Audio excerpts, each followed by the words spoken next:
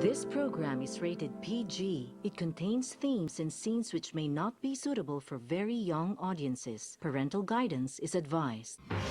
Be advised that the views and opinions of the hosts and guests do not reflect those of the station.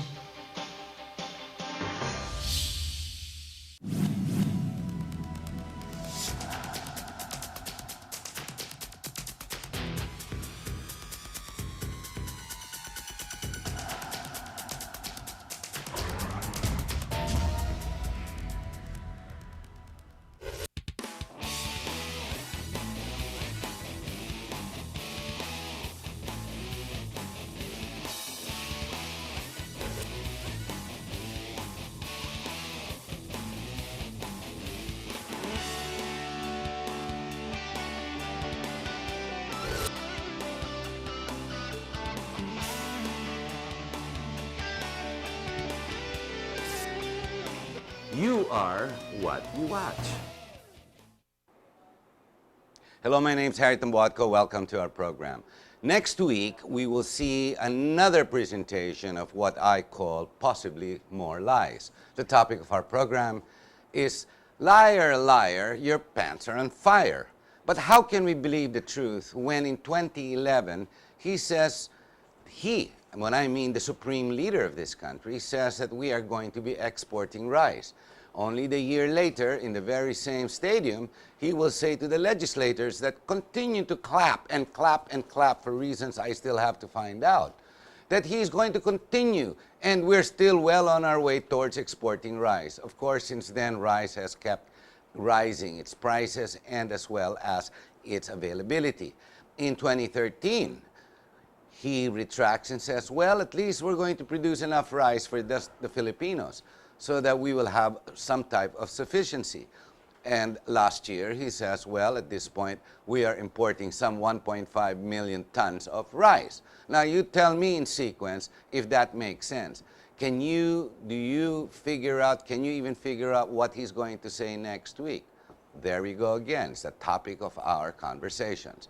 With us, we have Rick Ramos. Rick and I were classmates sometime way back, some 40, 50 years ago, when our hairs were still black, and there was a lot of it on our head. Maybe because there was not that much stress. It seems he has been writing very proficiently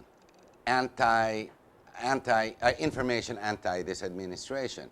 But it is not because he has taken a political position that he talks badly of the administration, and in particular the DPWH. Now, why the DPWH and why has he come on the program? It seems the pet secretary of the president is Rogelio Babe Singson. It seems his 12,000 kilometers of roads, of which we are still looking for, has been delivered. It seems that the administration and the savings of the DPWH, no matter how secretive, is continually being promoted by no less himself. Now, dig this. Last week, he was on broadcast TV in one of the major TV channels, and he says that the roads in Manila are far better off than those in New York. Without thinking twice, I stood up and I said, liar, liar, pants on fire. Now, I can only say so much. Now, you, in particular, you're watching, you're sitting back there. Of course, you can't talk back. This is not interactive. But you do the thinking. You do the math. If someone lies to you just once, will you believe the same person when they come back to you? Well, some do. And they say, fool me once, it's okay, fool me twice. Noy says, no, hindi puede. But hang on, he's fooled us 4 times, just on the rice issue alone. There are many other issues we will bring up. In other words, a prelude to what we can expect to more lies in the sauna that's coming up ahead. Ladies and gentlemen, I'm not necessarily for or against Pinoy. I am against lying. I am against people who deliberately choose to believe a fallacy and continue to promote it. For what purpose? To fool the people? Well, as they say, you can fool people some of the time, but you cannot fool people all the time. You know, he has succeeded. He has fooled the people all of the time. And for those of you who believe otherwise and beginning to open up your mind, and hopefully will soon take action, this issue of all the lies being promoted, ladies and gentlemen, kalokohan lang po yun. Ladies and gentlemen, we have Rick Ramos. Hi Rick, thanks for being on the show. Thank you, Tama-tama, it's a week before the SONA. Narinig mo ba yun yung sa ANC? Yeah. Yung sinabi niya na yung kalye ng Pilipinas, mas maganda. Alam mo, New York, with its 25 million odd people and the heavy density of vehicles on the road, it's possible, pwede. But knowing the way they do construction and road rehabilitation in America, hindi sila gaya dito na patsi-patsi eh. From what I see in EDSA, I see no improvement. Unless you see. Is there improvement in EDSA with all that, yung ang daming traffic kinokos nila, tawag nila asphalt overlaying?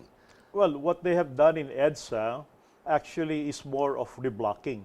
O ano ibig sabihin ng reblocking, asphalt overlay? Yeah, Anong naiiba dyan? Reblocking is a very notorious term when the DPWH would shamelessly demolish concrete roads in good condition.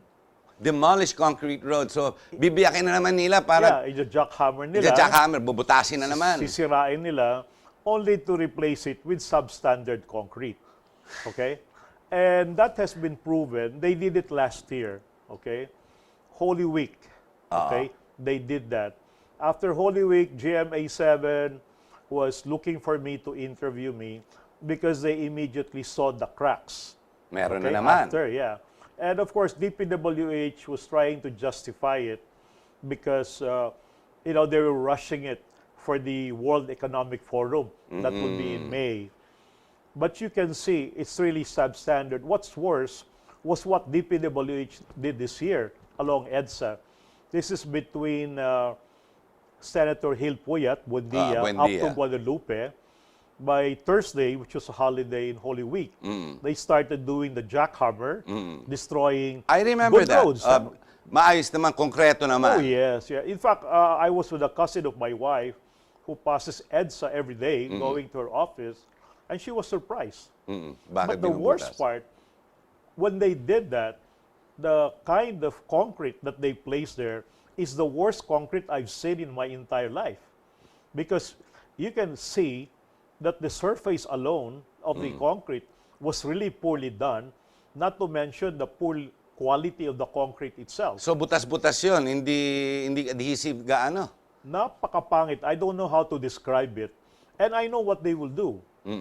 Because DPWH has a 3.7 billion asphalt overlay program for the entire EDSA, which is about 23 kilometers.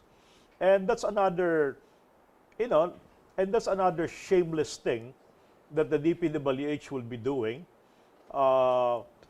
because they said that they will spend 3.7 billion just for the asphalt overlay, meaning you pave the concrete road Ayusin with mo yung asphalt. konkreto. Yeah. And then, top overlay Yeah, that's what you call overlay. Yeah, the asphalt overlay. Okay. But what's interesting there, we have looked at the costing. Okay. And this 3.7 billion project cost is overpriced by at least 2 billion. Why? Because they can do it for 1.7 billion by using the local asphalt. Their justification now is that they will be importing high-grade asphalt from Singapore.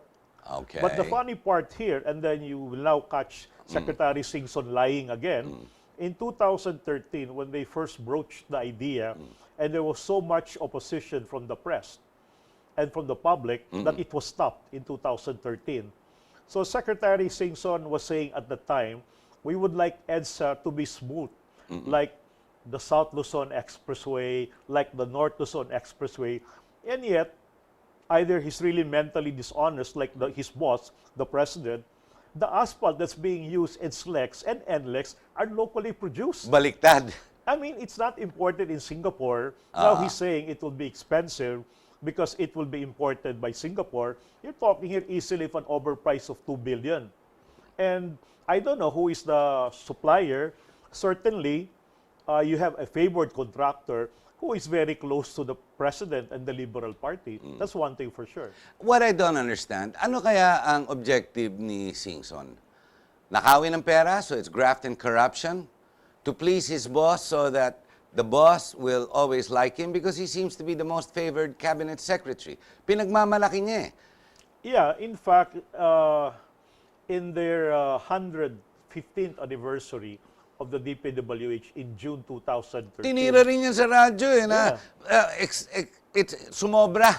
Kayabangan. And you know what President Aquino did?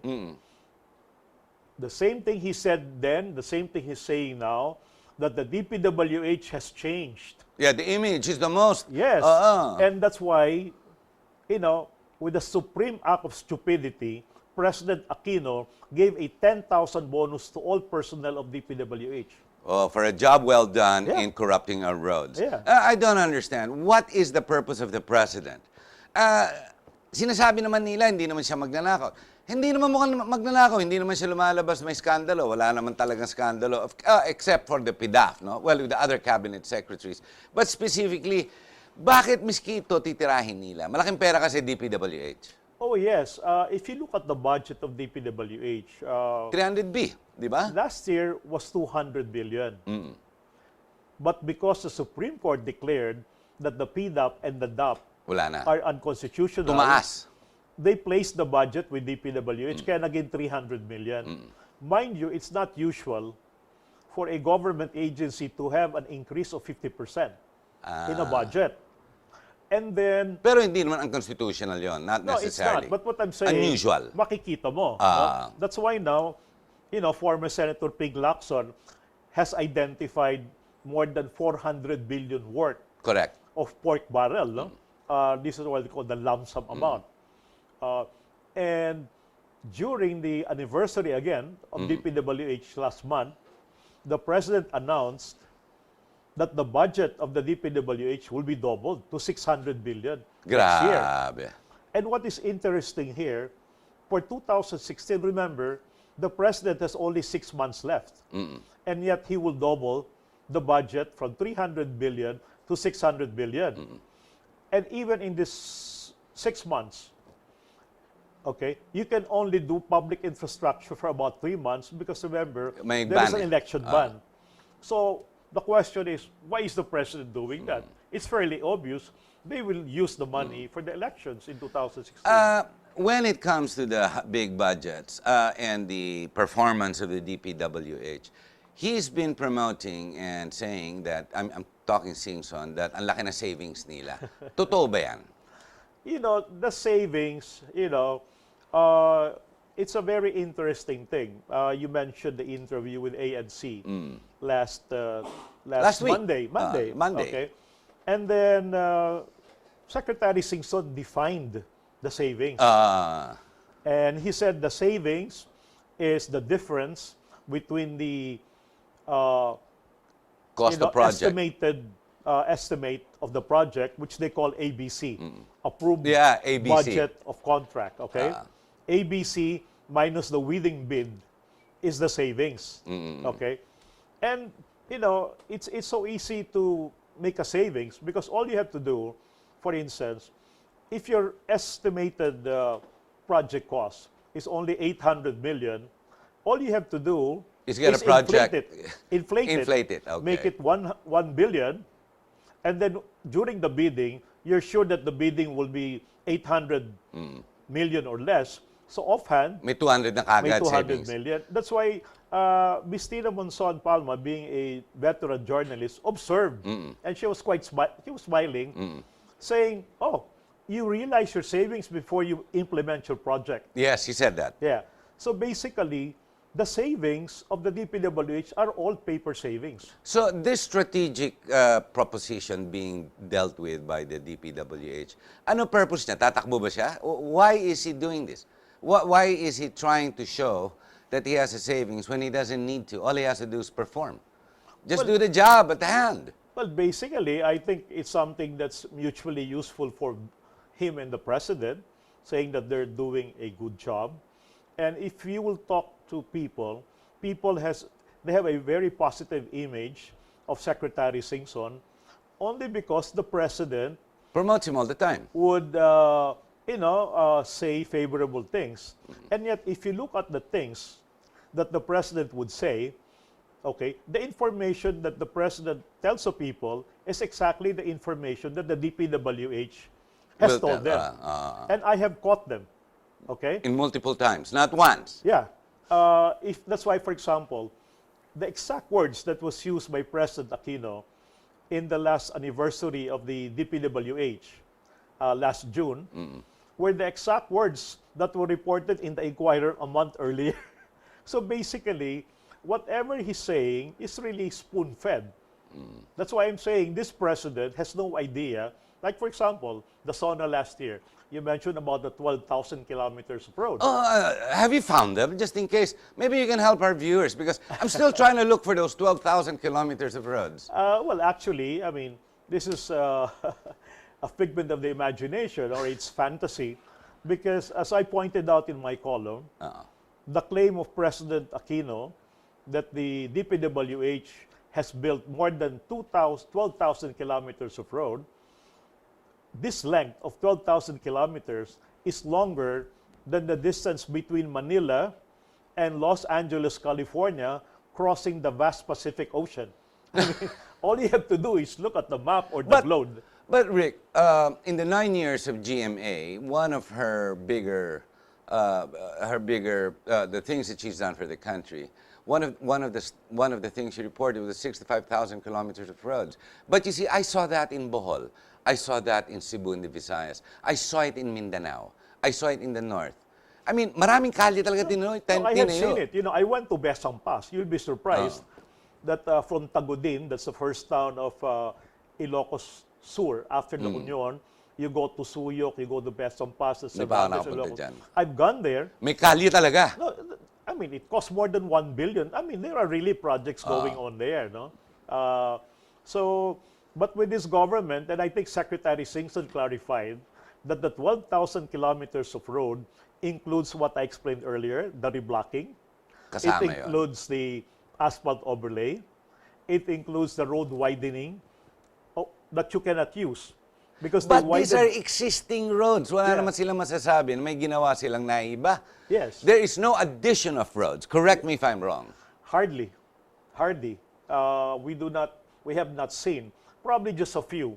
I think they've done a one bypass road there in Quezon, Candelaria. There's a bypass road there just to bypass the traffic.